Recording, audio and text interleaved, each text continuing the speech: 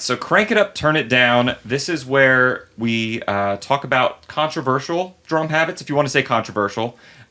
Drummers disagree about these things very loudly, it seems like, especially on social media when they're like sitting behind their phones. Yeah. They're like, all caps. No way, I strongly Right. disagree. Right. Yeah. And then when they come in here, those same people, when they come into the store, They're pussycats. they say, what do you think about this? Yeah. And it's such a baiting question because if anyone ever asks something like that, typically it's not for general advice. It's because they already feel very strongly about something. And then Sean and I will not give an opinion until we find out what they thought we were going to say. You got to be gentle sometimes. You have to be gentle. Yeah. Absolutely. Handle with kid gloves. Yeah. I think that's the term. Yeah. Something like that. Yeah, just start out there and then You don't find want to some be just common ground. overly opinionated. Like, Yeah. No way. What are you Right. cleaning your cymbals for? That's stupid. Yeah. Yeah, Well, exactly. none of that. behind a screen, there's no consequence. No to consequence. What you say. Right, so, yeah. Yeah, it's a little bit different story. So I've got a few here. I almost said a couple. I'll say a few because I've got 3 to go into this. Now, if you dig something, if it's your vibe, you crank it up. Okay. If you don't like it or it's just not one of the habits you agree with or whatever, you turn it down. If you really hate it, Sean created a third category. Instead of cranking it up or turning it down, he cranked some things down. That's right. That's passion. I've cranked it down. I There's- think I said it by mistake once and it stuck. Now I'm There's cranking that one down. passion behind Adam's cranking looking at me like, he's like, crank it down. I'm like, like, yeah, that's... I'm like, come on, this is our first podcast. We're introducing the segment. And I'm And already you've already changing it. changed it all. Changed up the rules. All right, guys. Just so, when you think you have all the answers, I change the questions. Yeah. Yeah. Yep, exactly. So, crank it up, turn it down, big cymbals. Well, I'm cranking that up. Okay? Yeah, I own a lot of big cymbals, and I don't own a lot of small cymbals, so crank it up. Yeah. I don't think I've ever owned a crash cymbal below... Okay. I was going to say below 16, but I did have a 14. I had a 14 ZBT set. I had like my first cymbal pack was like actually it wasn't my first. My first cymbals were TKO percussion cymbals, I remember, and then I upgraded to like a ZBT pack. Yeah, and then it was the you built- 13, 14, 18 ride. So I technically did have a 14, but that wasn't really by like design or choice or anything. So right now I don't own any cymbal below 16. I wouldn't consider a 16 big. I would say we're talking 18 and up. Yeah. Yeah. As far as that's concerned. I played for years. A 16 is kind of like my first crash right there. I like a 16-18 setup, which I think is pretty common, especially when you're getting like your first, especially if you start with a pack, which a lot of customers do that, and you basically get a cymbal for free. Yeah. When you're not sure, when you're starting out, the best thing to do is to not overanalyze and like pick out each cymbal individually. Like, just get yourself a pack of nice cymbals and start there, Start and then playing, start and then you'll be working like, on it. okay, these hats sound a little Sure. off. This ride, and then you upgrade and kind of thing. That's a really good way to start. But typically those packs have 14 hats, a 16, 18, and a 20-inch ride. Yeah. I have all sorts of cymbals as we end up collecting stuff. But the ones I use the most often I'm cranking it up, by the way. Oh, as sure. well. Yeah. I'm weighing in. I'm cranking it I up. figured- That's not obvious. I figured as much. behind this explanation. But my rides that I typically grab most often are 21s. You have a 22, do you not? Is it a 22? I did. I don't anymore. Okay. No, I don't have a 20. We need to change that. Yeah, I know. yeah, we need to I change know. that. I had. Let's get you I a think the 22. last 22 I had was one of those Sapien Omni rides. Okay, yeah. See, One I of those good remember. ones with the real Okay. thick Yeah. inside and the thin edge. Yeah. That was kind of a cool thing. But by far, my favorite cymbals that I've had that I play currently are my hi-hats, and they're Zildjian K-Suite hats, but they're the 15s. Yeah. Okay. And they just sound so good. Yeah. Like, they're tight when they need to be, but they're just that, just you loosen up on that and you just get that nice chick that's just like a little bit of meat behind it. That said, I've never played with like 19 or 20-inch crash cymbals per se. Man, come over to my house, man. I know. That's I got lots. I was gonna say. My hats right now, at home anyway, I'm playing two 16 crashes together as hi-hats. Two 16 Big hats, A's. wow. I know. So, what are you playing? It depends on the Yeah, gig. exactly. I know what you mean. I Yeah, know it what you depends mean. on the room. Or Like, do you have a set at home that you play? Yeah. A set up, ready to go? What Yeah. does that look like? the whole thing, or just the cymbals? Yeah, cymbals. Oh, right now they're silent cymbals. Okay. But if I was gonna make noise, it'd probably 15s. I have a bunch of like 4 pair of like vintage A 15s. Nice. Vary in thickness. Yeah. Real paper thin. Absolutely. And Are then you a medium. big like grams type of guy? Do you know what grams those symbols are or anything do, else like that? and I usually write it underneath the bell Okay. when I first get it, just so I know. So just so you know, right? Yeah, so Okay. when I'm grabbing cymbals for a gig, I'm like, okay, that one, okay, Yep. you come with me, Yep. and yeah, Need something a little heavier for this gig, I'll grab the 280 or whatever it is grams, yeah. and then you can mix and match too. I always, I do that a lot with hi-hats. You know, I'll look through the pile and I'll say, okay, let's try this one with this one today, and you know, Yeah. see what happens. Yeah, 'Cause, absolutely. man, with different setups and different sounds, it'll make you play differently. It sure does, yeah. Yeah. And I'm thinking as we're talking about big cymbals, I'm thinking my set that I have set up at home right now. I play really like a basic setup usually. I have a slew of cymbals, but my ride cymbal at home that I'm playing on is a 20-inch A ride that I bought from John Pfeiffer. I have a 19-inch AA crash cymbal, Sabian, and then I have my 16 hi-hat. So I'm playing all pretty big cymbals. My ride Yeah. cymbal right now isn't big, but that's my setup at home. That's what I'm playing. Yeah. Yeah, I've played on a lot of larger cymbals and different things like that. We had his name escapes me at the moment, but we had a customer come in one time, and pretty frequent customer. Not like I remember his name. if he was I'll in remember every day. his name. All right, we'll get there. I'm good at that. We'll get there. But he came in once and he said, "What rides are you playing right now?" And I said, "Well, I'm playing this." And he's like, "What else?" Yeah. And it like completely threw me for a loop. He's like, "I always play at least 2 rides." Right. And I was he's like, got to be pretty good. "Listen, there are no rules, man." Yeah. And I love that. I love getting thrown off balance because I'm always out here being like, play whatever you think sounds good. You know what I mean? Don't worry about brands and this and that. Like, it's all about the sound. Like, that's where you should start, right? And I'm a big proponent of like mixing and matching and experimenting and doing whatever you want. You know what I mean? There are some people out here acting as drum police and saying this is how this is supposed to. It's like, guys, it's art. Yeah. You can do whatever you want. Do whatever right? you want. But when I get a question or when he said that to me, I was just like, that was like an unlock for me. This was years ago. But that was an unlock for me. I'm like, Right. why not, right? Yeah. And that night I went home and put a second ride up, and it was super fun. And Yeah. everything I have is pretty thin that I normally take out. Very crashable stuff. Yeah, I like that too. I like rides that are crashable. Yeah. So it's easier to mix it up and be like, Yeah. all right, this is kind of like acting as a crash, or it's a cymbal is a cymbal.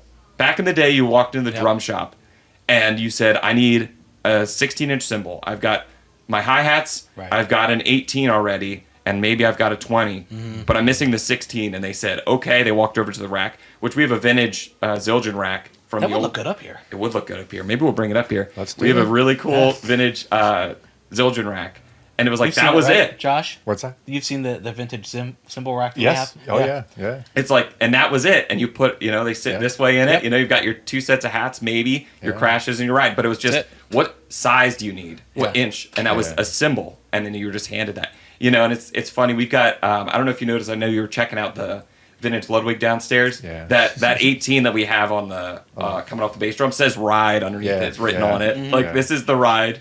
Like literally, cymbals weren't labeled. They weren't yeah. stamped. They weren't be like, this is a crash ride versus a ride versus a crash. It's like a cymbal's a cymbal. Play on it and fit it into your setup wherever. Yeah. Ever play 18 hats? You ever do that? Yeah. Is Yeah. I've experimented. Okay. I've never done that. Yeah. Maybe Well, at the shop. Maybe I put 2 together. but Yeah, never I like done it. 15s. Most of my cymbals are 15s. I have a couple 14s. I don't have any 13s at the moment. What I like about 15s is the real estate it takes up.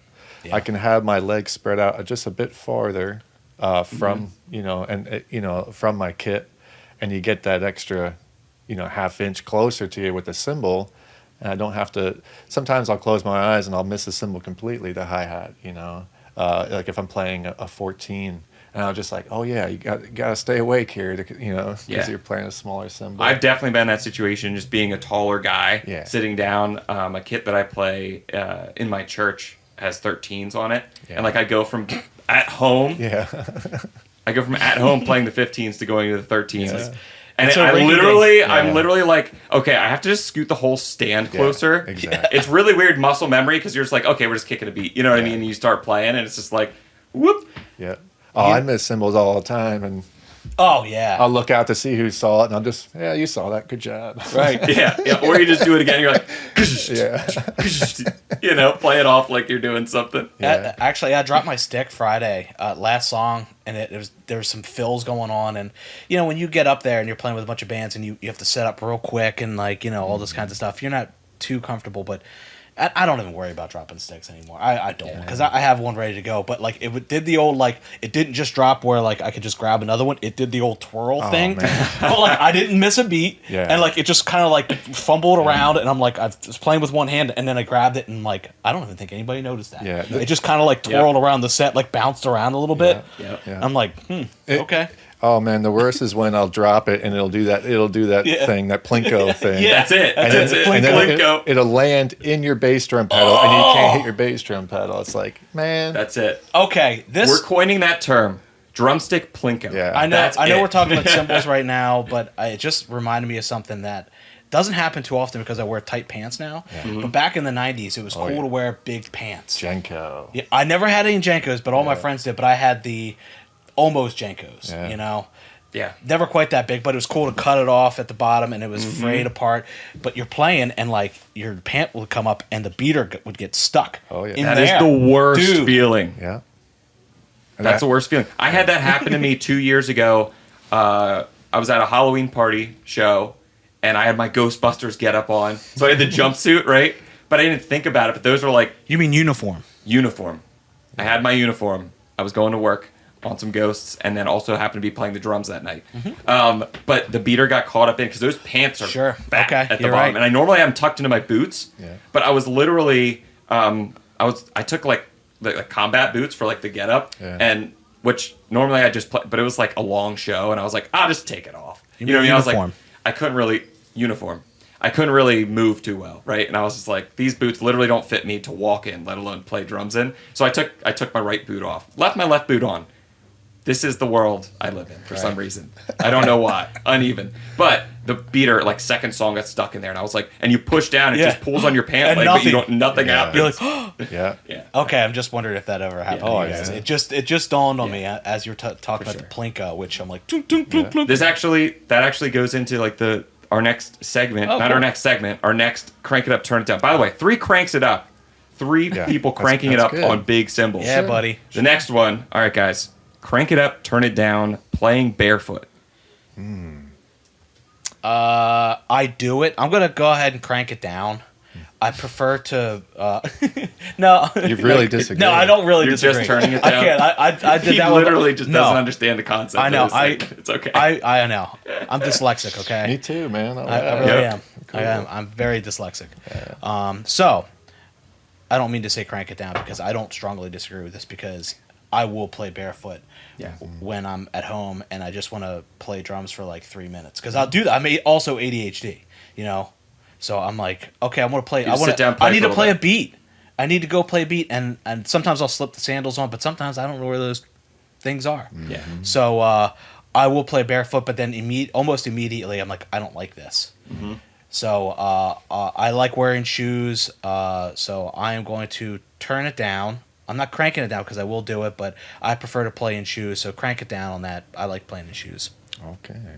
Yeah, I'd say turn it up. If that's your thing. I love wearing boots, but I don't play in boots. I usually play in flat sneakers Yeah. or something like that. Mhm. But man, if I could get away with being barefoot all the time, I probably would. So why not? Yeah. No doubt. Turn it up. I don't like wearing shoes normally, so Yeah. when I get home, the shoes come off. Yeah. I feel better, but maybe it's the pedal. If you think about Well, that, I was just gonna Yep. say it is a learning curve, just like everything else. I have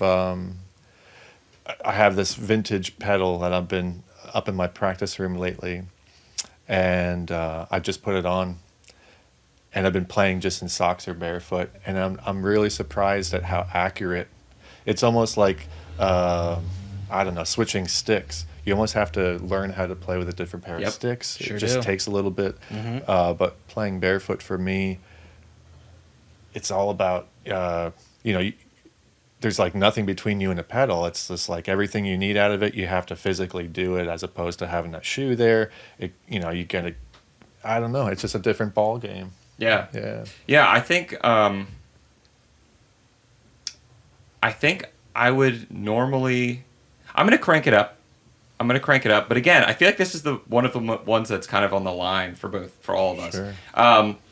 But it definitely depends on the pedal that you're playing. Christy Angle, who teaches here, you know Christy. Yeah. You know Christy. Everyone knows Christy around here. Great drummer. She loves Shout out. playing. Shout out Christy. Yes, hello Christy, if you're listening. I don't know. But Not yet. not yet. This Yeah, isn't exactly. live. This is live to tape, but it ain't live. It ain't it's live not? yet. Oh, I Well, got- she'll listen to it at some point, hopefully. This is the test. If she doesn't bring this up to us, we know she's not That's actually right. listening to our show. No, but she loves playing without shoes. Like, Yeah. she'll literally That's walk right. around venues without shoes. Like, And she's- here. Yeah. She's yeah, teaching here, and she she's- loves that. She's played my drums barefoot. We did a And you have to gig with her disinfect it. band and shared a drum set. Yeah. No, but I always wonder what she does, and I should ask her this because I've got a Ludwig Speed Flyer pedal. I have another Mapex Falcon that I play for a while. But like they're all relatively smooth pedals. If you get the Sonar JoJo pedal, it's like literally just flat. That right? would work. I think I could make that work. But think about like a DW 5000 or something that has like the etching sticking up. Yeah. What did she play on your kit? What did you have on there? I would probably be my DW 5000. Oh, Okay. gosh. Unless I she, wonder. I don't know if she brought her own pedal. Right, But right. it was probably 5000. Probably Because not. that seems rough, but if It she's, is. I don't know. If She's pretty we tough. say she, but this is any barefoot drummers out Anyone. there. That's right. Um, How do y'all do If it? you don't like wearing shoes, maybe you got those calluses, you know? Yeah. And if you need shoes, just call me. I'll help you out. You know, I've had a few pair at home. Do you have the Dave Weckl drumming shoes? I do not. Okay. No, I We need, don't. yeah, that's So something. those were a thing. that's- Really? Oh yeah. Okay. Do you remember when that was? 90 something, 7, 8, somewhere around there, I Yeah. think. Did you? I imagine that was so small that it was just like you had to go to a place to buy them, or I did saw the them in shop Modern- didn't sell them or anything? did they? Yeah, they did, but this is before my time. The Queen Street Okay. store had them. We'll have to ask Wow. Rick about that. They actually had drumming shoes there. They may have had like 3 pair, so they had them down there. But they were also in. I think you could find them in the Modern Drummer magazine too. Yeah. They were advertised Oh, in I there. bet. But I don't think that they lasted very long. And they, you know what they look like? They almost look like water shoes in a way. I think. Cool. If my memory serves Okay. me correctly, like shoes you'd Like real, thin soles or something. Yeah, thin soles.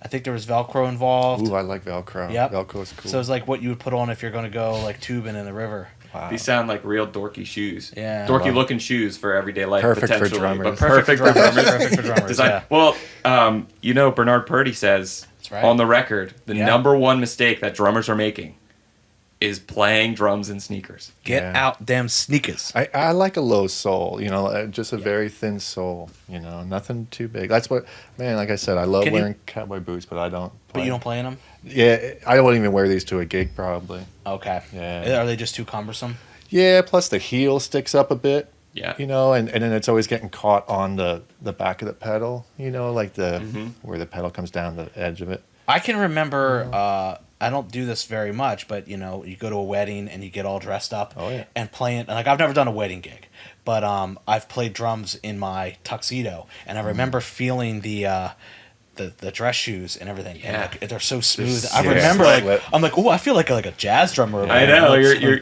all of a sudden your ankles start going, your hands start Yeah, going. all of a sudden I just felt like I could pull that off. Yeah.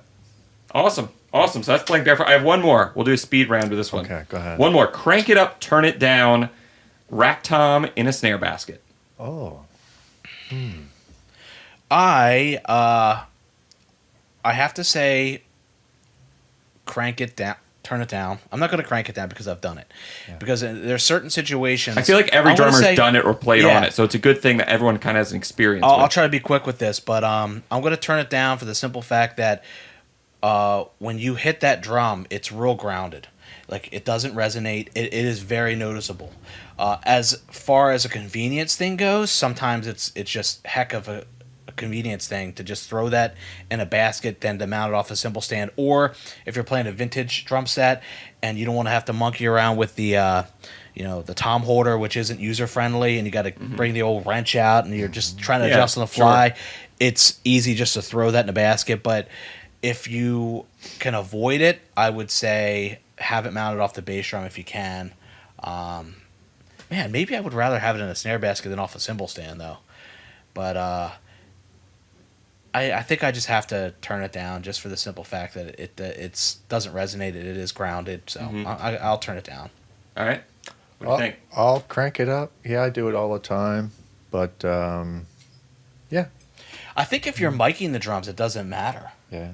You know, if your drums are all mic'd, because I played the Chameleon Club a bunch of times when I was playing in another band, and I had a Ludwig Classic Birch. It didn't have a mount off the bass drum, and I would have to mount off the cymbal stand, and I quickly learned that I hated that. I didn't like doing that. So I strictly, that drum set, I always played with the 13, because it was a 9x13 mounted into the basket.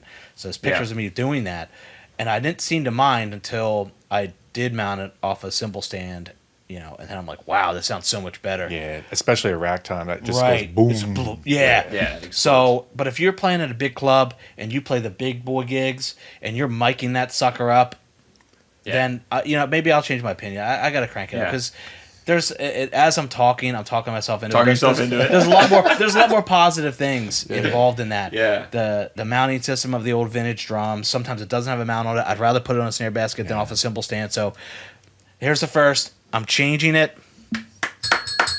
Let's crank it up. Cranking it up. All right. Well, I'm gonna turn it down. I hear all of that. Turn it down too I now. agree with all of that. Yeah, exactly. Now that Sean cranked it up, we all want to turn it down. Oh, man, I want to change. No, I'm turning it down just because whenever I play a kit that's like that, unless I set it up myself, it's just never quite right. I feel like in my mind, I'm like, maybe if I turn it a little bit this way, maybe if I raise it up, maybe if I lower it, and like that, I'm not super fussy, which means I'm gonna play it in a spot that might not be the most comfortable for me almost every time. I'll tell you what, at the old shop, at the old location, right before you guys move, a couple months, maybe 6 months or something, I noticed that you had a Tama, I believe it was a Tama, snare drum stand, like a basket stand, but it had an arm coming off of it. Yep. And I think we talked about it. Sure. And I said, man, this must be the coolest snare drum stand because you could take it and put a tom and have it closer to the center of that bass drum if you wanted to. Yeah. I don't know if it boomed out. I can't remember exactly what it was. Yeah, but so essentially what that stand is it's a snare drum stand bottom, but then the top has an L arm that comes out from the center and up, but it's angled a little bit over. So when you put the weight of the drum directly above where the legs are, and that stand, great. That's a cool stand. Yeah. That is such a great invention, really. And it's you get the resonance from all the mounting system of your tom, but you still have the freedom to move it wherever you want. Yeah, I like that one. I could have used that back in my Ludwig Classic Birch days, Yeah, but I don't have that set anymore. that'd be great. Awesome. So 2 cranks it up, turn it down. I changed mine. Oh boy. I talked myself out of it. That's a first. He talked himself out of it. All right, let's move on to drum industry